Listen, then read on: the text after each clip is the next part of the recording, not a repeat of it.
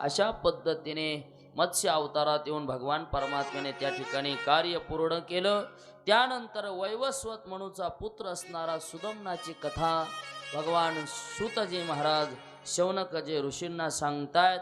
पुढे याच वंशामध्ये अनेक महान महान राजे जन्माला आले.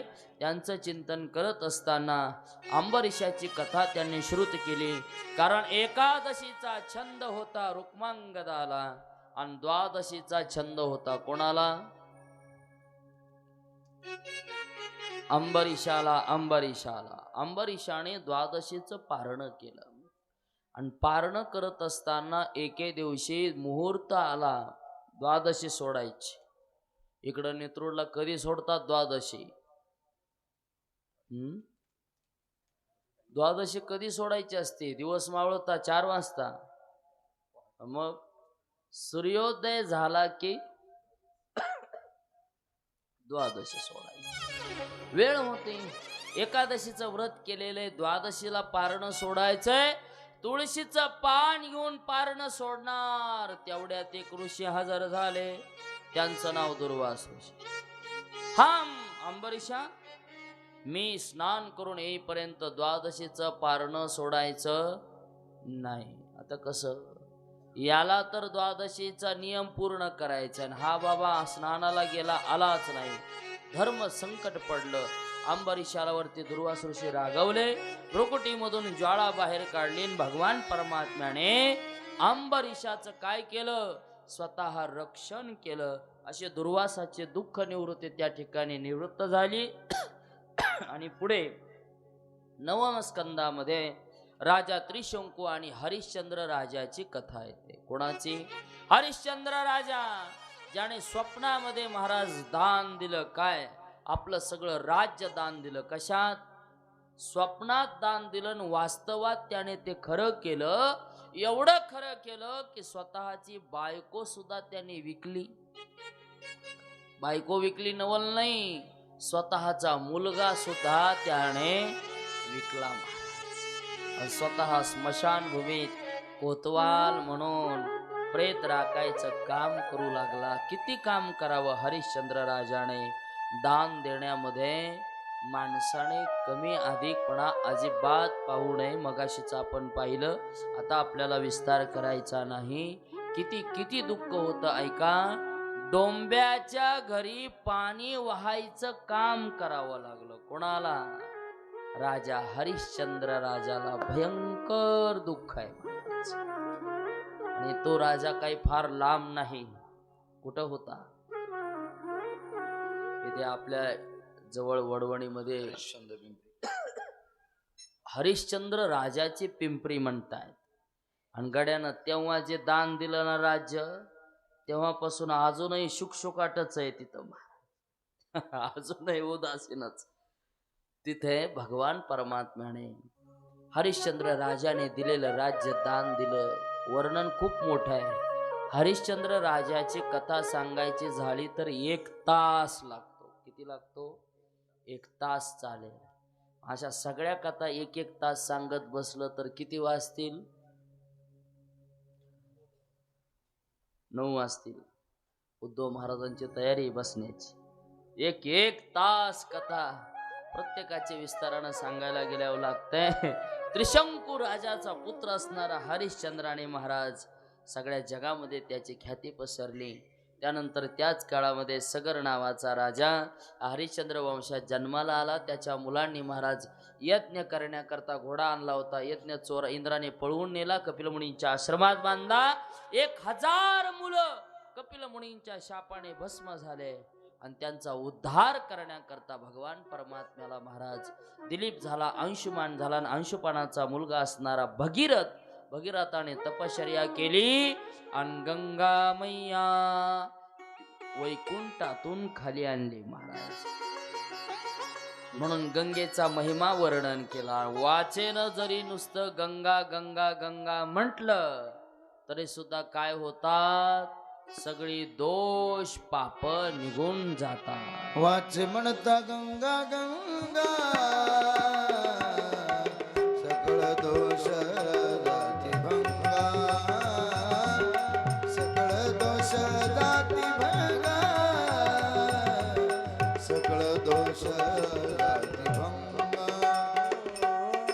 वाचे म्हणता गंगा गंगा सकळ दोष जाती भंगा सकळ दोष जाती भंगा सकळ दोष जाती भंगा जाते भंगा वाचे म्हणता गंगा गंगा सकळ दोष जाते भंगा. म्हणून गंगामयेचं पावित्र्य राखत जा, गंगेचं स्नान करत जा. फक्त ते कसं पाप जात, देवाचं नाम घेत घेत स्नान केलं तर पाप जात. नाहीतर काय होतं, माणसं नाक दाबलं की खाली डुबतात. बरोबर आहे ना, डोक्यावरची पाप वरी असे तरंगतात. आणि बिना भजन करतात माणूस पुन्हा वरी आला की डबल डोक्याला चिटकते. त्याच्याकरता भजन करत करत प्रदक्षिणा करा, गंगेचं स्नान करा. गंगामयेचा महिमा सांगितला.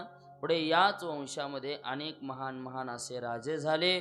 त्यामध्ये महाराज एक राजा झाला, त्याचं नाव आहे खटवांग. खटवांगाचा मुलगा झाला रघु, दीर्घबाहू. दीर्घबाहूचा झाला रघु, रघुचा झाला आज, आजचा झाला दशरथ. दशरथाला एकूण 3 पत्न्या, कौसल्या, कैकई आणि सुमित्रा. पण पुत्र प्राप्तीस नाही. मग महाराज यज्ञ करायला सुरुवात केली. दशरथा हे घे पायस दान, दशरथा हे घे पायस दान. यज्ञामध्ये पुरुष बाहेर आला. त्या पुरुषाने महाराज काय केलं, पायस आणला, प्रसाद आणला. त्या प्रसादाचे 3 भाग केले. एक दिला कौसल्याला, दुसरा दिला कोणाला, सुमित्रेला, आणि तिसरा दिला कैकईला. आता प्रसाद सारखाच होता, प्रसादात काही बदल नव्हता. जे कौशल्याला तेच सुमित्रेला, जे सुमित्रेला तेच कैकईला. पण कैकईला राग आला महाराज. का, सगळ्या लोकांना मी माहिती आहे की दशरथ राजाची लाडकी पत्नी कोण आहे, कैकई आहे. मी राजाची मुलगी, आणि प्रसाद देताना मला मागून दिला. मागून म्हणजे बाकीच्या दोघींना आधी आणि मला पाठीमागून.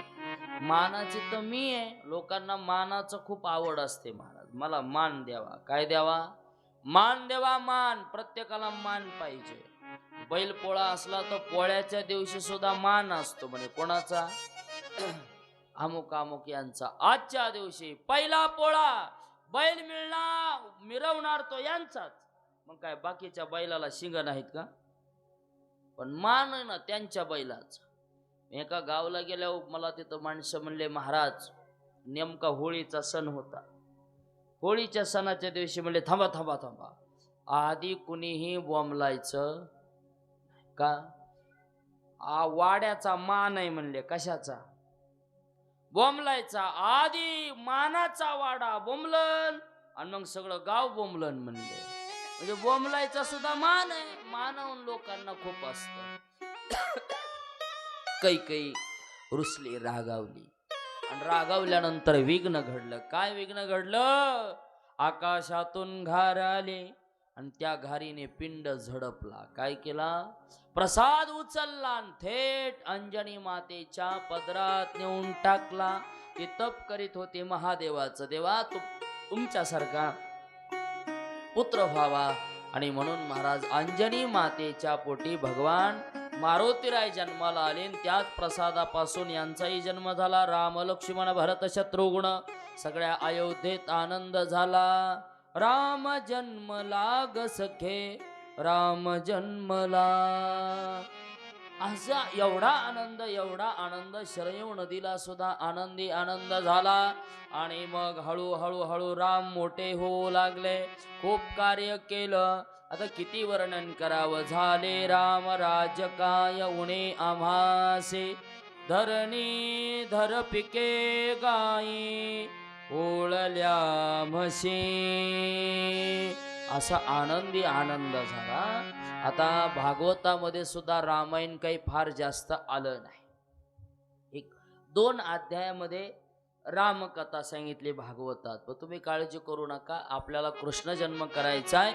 एका श्लोकात रामायण पाहू आपण आता. आदो राम तपोवनादिगमनम हत्वा मृगं कांचनं वैदेही हरणं जटायु मरणं सुग्रीव संभाषणं वाली निर्दलनं समुद्रतरणं पश्चाद्रावण कुंभकर्ण हननं यतद्वे श्रीरामायणं. बोल प्रभु रामचंद्र भगवान की जय. अशा पद्धतीने रामकथा श्रवण केली. राम अवतार झाला. आता जमदग्नी आणि रेणुका माता यांच्या पोटी देवानं अजून एक अवतार घेतला, तो म्हणजे महाराज परशुराम भगवान. बोले परशुराम भगवान की जय. अशा पद्धतीने रेणुका मातेच्या पोटी परशुराम भगवान आले. 17 वेळा पृथ्वी निक्षत्रिय केली आणि निक्षत्रिय पृथ्वी करून आपल्या पित्यांचं म्हणणं मान्य करण्याकरता आईचं मस्तक धडाच्या वेगळं केलं. पुन्हा वरदान मागवलं. पुन्हा महाराज ती मस्तक रेणुका मातेला जशाच तसं बसवलं आणि प्रार्थना केली, हे पिताश्री, मी माझ्या आईचं मस्तक धडाच्या वेगळं केलं होतं, ही बातमी माझ्या आईला आठवण राहू नये. आणि तीच रेणुका माता सगळ्या जगाचं कल्याण करण्याकरता डोंगरावर बसलेली महाराज बरं का. म्हणून प्रत्येक देवी अशा आधारती नाही आहेत. प्रत्येक देवीच्या पाठीमागे काय आहे? इतिहास आहे, इतिहास. म्हणून तर एका गीतकाराने जगदंबा मातेची स्तुती करताना फार सुंदर म्हटलंय बघा. हरी माझे रेणुका माऊली कल्पवृक्षाची सावली, माझे रेणुका माऊली कल्पवृक्षाची सावली. बोल रेणुका माता की. अशा पद्धतीने परशुराम अवतार कार्य पूर्ण झालं आणि मग द्वापार युग संपलं. आपलं त्रेतायुग संपलं आणि द्वापार युगाला प्रारंभ झाला. आणि मग द्वापार युगामध्ये जेव्हा प्रभू रामचंद्राचं परशुरामांचं स्वधामगमन झालं, तेव्हा जिकडे तिकडे हाहाकार माजला. राहिले यज्ञ, मोडिले कीर्तन, पळाले ब्राह्मण दैत्य भेने. कोणी कोणी महाराज भजन करायला लागलं की द्वापार युगाला सुरुवात झाल्यानंतर पृथ्वीला भार होऊ लागला. भजन चालू झालं की हळूच दैत्य यायचे. दैत्याला बघितलं की महाराज पहिले टाळकरी टाळ ठेवून जायचे आणि टाळ ठेवलेले कळायचे आधी कोणाला? कीर्तनकाराला नाही. टाळ ठेवलेले आधी कळायचे पकवाजाला, कारण टाळ बंद झाला की पकवाज वाजवता येत नाही. टाळावर पकवाज आहे. जेव्हा पकवाजाची थाप बंद झाली तेव्हा लक्षात आलं पकवाजा सुद्धा गेल्याला दिसतंय. कोणाच्या भिण्यानं? दैत्याच्या भिण्यानं. मग कीर्तनकारानं डोळे उघडले बघितलं कोण आलंय? दैत्य आले. मग कष्टाधरणन पळायला लागणं. पळाले ब्राह्मण दैत्य भेणे. देवा आता हे सहन नाही होत मला. गाईच्या रूपामध्ये पृथ्वी माता ब्रह्मदेवाकडे गेली, घराणं सांगू लागली. तेव्हा महाराज आकाशाची वाणी सगळ्यांना निरोप पोहोचला. काळजी करू नका, तळमळ मानसी करू नका. वसुदेव देवकींचा विवाह होईल 8वा म्हणून मी जन्माला येईन आणि आपल्या सगळ्यांचं रक्षण करेल. आता हे तिथं झालं ना, आता खाली खाली यायचंय आपल्याला. खाली म्हणजे तुम्ही इथंच बसा. खाली म्हणजे इथे कुठे? शूरसेन नावाचा आणि उग्रसेन नावाचे 2 राजे. शूरसेनाला 1 मुलगा, उग्रसेनाला 1 कन्या. शूरसेनाच्या मुलाचं नाव वसुदेव आणि उग्रसेनाच्या मुलीचं नाव देवकी. दोघांचे सोयरीक जमले, सुपारी फुटली, तारीख काढली आणि मग सगळ्यांना निरोप पाठवला विवाहासाठी. सगळेजण उपस्थित राहिले. थाटामाटामध्ये विवाह संपन्न झाला. शुभमंगल सावधान. आनंद झाला. कंसाने महाराज लगाम हातात घेतला आणि वरात काढू लागला. तेवढ्यात आकाशवाणी झाली, अरे मूर्ख कंसा, जिची आनंदानं वरात काढतोयस ना, तिचाच 8वा पुत्र तुझा वध करणार. बातमी कळाल्यानंतर मग मात्र कमरेची तलवार काढली आणि कोणाच्या मानावर ठेवली? देवकीच्या मानावर ठेवली. बघा बहीण भावाचं नातं. स्वतःच्या जीवावर आलं की गड्यानं तलवारच काढली. कुठं ठेवली? देवकीच्या मानेवर. तेवढ्यात गड्यानं हात धरला. एक कंसा, आतापर्यंत ही तुझी बहीण होती, पण आता माझी कोण आहे? माझी पत्नी आहे. वचन देतो, झालेला प्रत्येक मुलगा तुला आणून देतो. कंसाला महाराज वचन दिल्यानंतर बंदीखान्यामध्ये ठेवलं आणि बंदीखान्यामध्ये ठेवल्यानंतर देवानं अवतार कार्याचं नियोजन करायला सुरुवात केली. मागच्या वर्षीचं दप्तर काढलं. म्हणे कोण कोण होतं मागच्या जन्मात आपल्या सोबत? पाहिलं? हा, द्या फुलं द्या सगळ्यांना. आपण घ्यायचे आणि दुसरीला द्यायचे. उठायचं काम नाही ना बोलायचं काम नाही.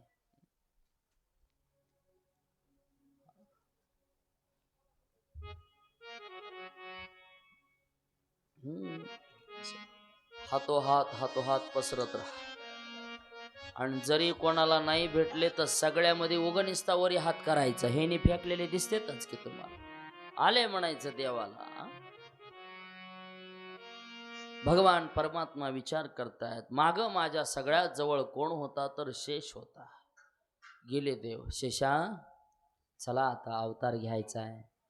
5:30 वाजत आलेत, गेलं पाहिजे आपण. चल शेषा, विनंती करतायत. शेषानं लांबून हात जोडले. देवा नको आता. का? बाबा, मागच्या वेळेस तुझ्या बरोबर आलो, खूप फजिती झाली. काय झाली? फजिती झाली. आता नको. 12 वर्ष वनवास रामाला भोगावा लागला मला. किती वर्ष? 12 की 14? जमलं ह्यांचं. फुलाच्या नादात महाराजांना 10 वर्ष म्हणले तरी होच म्हणत होते. किती वर्ष वनवास होता रामाला? कोण म्हणलं 12? किती? 14 वर्ष वनवास रामाला होता. पण रामा बरोबर भोगायला आला कोणाला? लक्ष्मणाला. हे देवा, आता नाही, मागच्या जन्मात आलो ते आलो, चूक झाली माझी, आता येणार नाही. मग देवाने सांगितलं, शेषा तुला कळत नाही, मागच्या जन्मात तू लहान होतास आणि मी मोठा होतो. आता तू मोठा हो आणि मी काय होतो? आता तो वडील.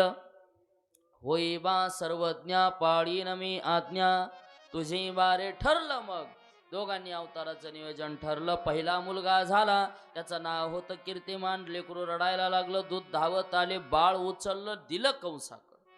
कंसाने मुख पाहिलं, लक्षात आलं कशाला मारायचं याला, किती गोजीर आहे, सोजीर आहे, नको मारायचं, द्या परत.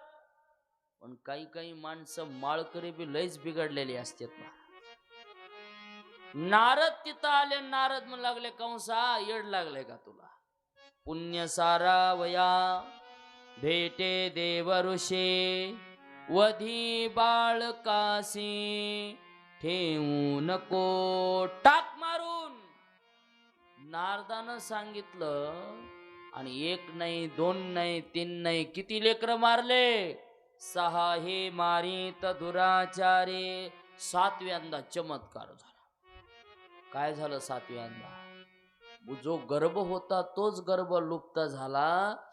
देवकीला सुद्धा कळाला नाही. 7वा जो गर्भ योग मायानेत. आणि कोणाच्या गर्भात नेऊन घातला? रोहिणीच्या उदरामध्ये नेऊन घातला. आणि मग 8व्या क्रमांकाला महाराज रात्री धो धो धो धो पाऊस पडतोय. चला वासुदेव, धो धो धो धो पाऊस पडायला लागलेला आहे. अचानक विजांचा कडकडाट व्हायला लागलेला आहे. रात्र अंधार पसरलेला आहे.